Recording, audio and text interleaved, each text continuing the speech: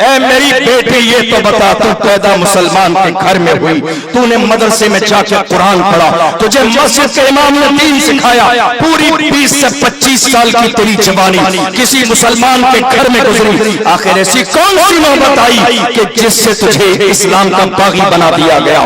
تو نے اسلام کیوں چھوڑا؟ تو نے قرآن کیوں چھوڑا؟ تو نے مسلمان ماں باپ کیوں چھوڑے؟ تو نے رشتہ دار کیوں چھوڑے؟ آخر دین چھوڑنے کی، مرتد ہونے کی نوبت کیسے آئی؟ سنیے اس بیٹی کا جواب، سنیے اس بیٹی نے کہا تھا، کیا یہی ہمارے ایمان کا تقاضا ہے کہ ہماری بیٹی مرتد ہو جائے، کسی غیر کے گھر جا کر بیٹھ جائے؟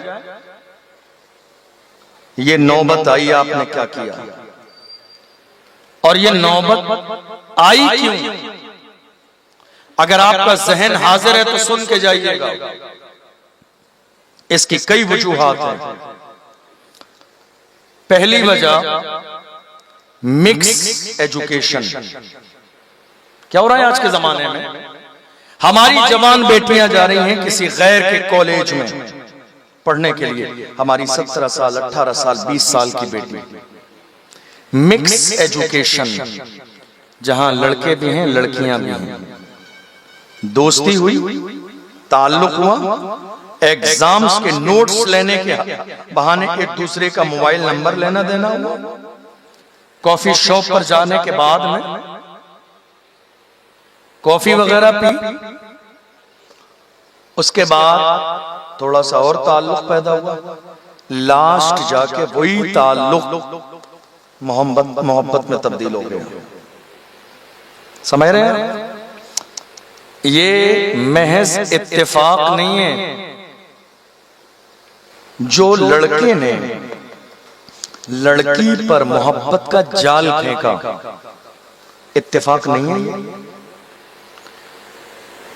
ہندوستان کی سرزمین پر باضابطہ اسلام اور مسلمانوں کے خلاف کئی ہزار جوانوں کی تنظیمیں بنا دی گئی ہیں، کئی ہزار لڑکوں کی ٹیم بنائی گئی ہے کہ قوم مسلم کو ذلیل اور رسوا کرنے کے لیے باضابطہ ان کی بیٹیوں کی عزت پہ حملہ کیا جائے، اور جب ان کی بیٹیوں کو ذلیل اور رسوا کر دیا جائے، انہیں کمزور کیا جائے تاکہ اسلام اور مسلمان کمزور ہو جائیں۔ حالانکہ وہ نادان اس بات کو بھول گئے ہیں، وہ جس اسلام کو 1500 سال سے ٹارگیٹ کر رہے ہیں، اس اسلام کی شان یہ ہے، فانوس بن کے جس کی حفاظت ہوا کرے، وہ شمع کیا بجھے جسے روشن خدا کرے۔ اسلام کی فطرت میں قدرت میں لچکتی ہے، تم جتنا تباہ ہوگے اتنا ہی وہ بڑھے گا۔ اسلام نہ کبھی مٹا ہے نہ کبھی مٹے گا۔ ہم تو بڑے فخر کے ساتھ کہتے ہیں، اے دنیا والوں یاد رکھو میرے اسلام کا مزاج یہ ہے، جتنا اسلام کو مٹانے کی کوشش کی گئی ہے، اس کے مقابلے میں اگر 1% بھی دنیا کے کسی دھرم کی طرف بری نظر سے دیکھ لیا گیا ہوتا تو آج اس کا وجود دنیا میں باقی نہیں رہتا۔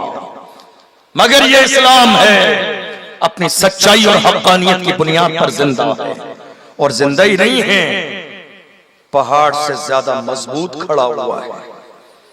ٹارگیٹ کیا گیا۔ اب جب ہماری بیٹیاں مرتد ہونے لگیں، اب ہم پریشان ہیں، حضرت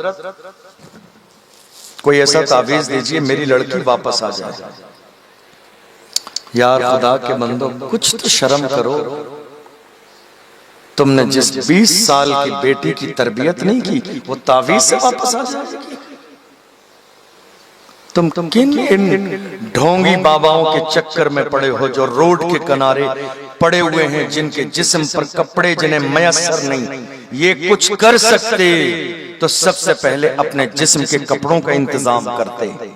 یہ تمہاری بیٹی کو واپس لا سکتے تو ان کی گندگی کی وجہ سے 10 سال سے ان کی اپنی بیوی ان کو چھوڑ کر جا چکی ہے، اپنی بیوی اور بچوں کو پہلے واپس لاتے۔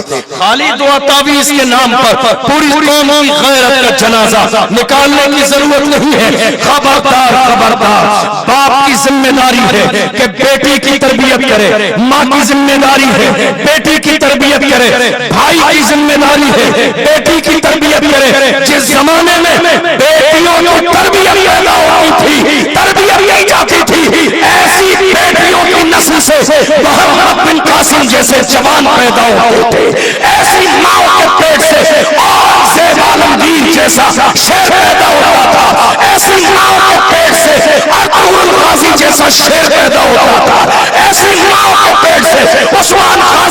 لیڈر پیدا ہوتا تھا، ایسی ماں کے پیٹ سے ٹیپو سلطان جیسا بہادر پیدا ہوتا تھا جس نے کہا تھا شیر کی ایک لمحے کی زندگی گیتا کی 100 سالہ زندگی سے بہتر ہے۔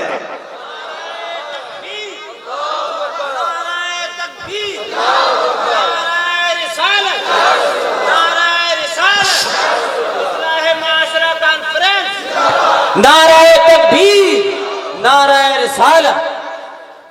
آپ تربیت نہیں کر رہے ہیں۔ پہلی وجہ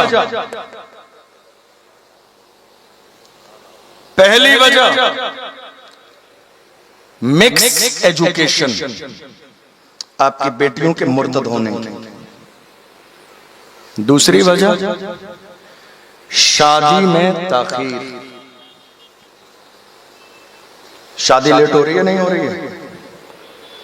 لیٹ ہو رہی ہے۔ ہمارے بہت سارے لوگ جب ہمارے علماء یہ بات کرتے ہیں تو مسکرانے لگ جاتے ہیں، شادی کی بات چل رہی ہے۔ مسکرانے کی نہیں، رونے کی بات ہے۔ کہاں ہیں آپ؟ صرف 4 برتن کے لیے شادی لیٹ کر دی آپ نے۔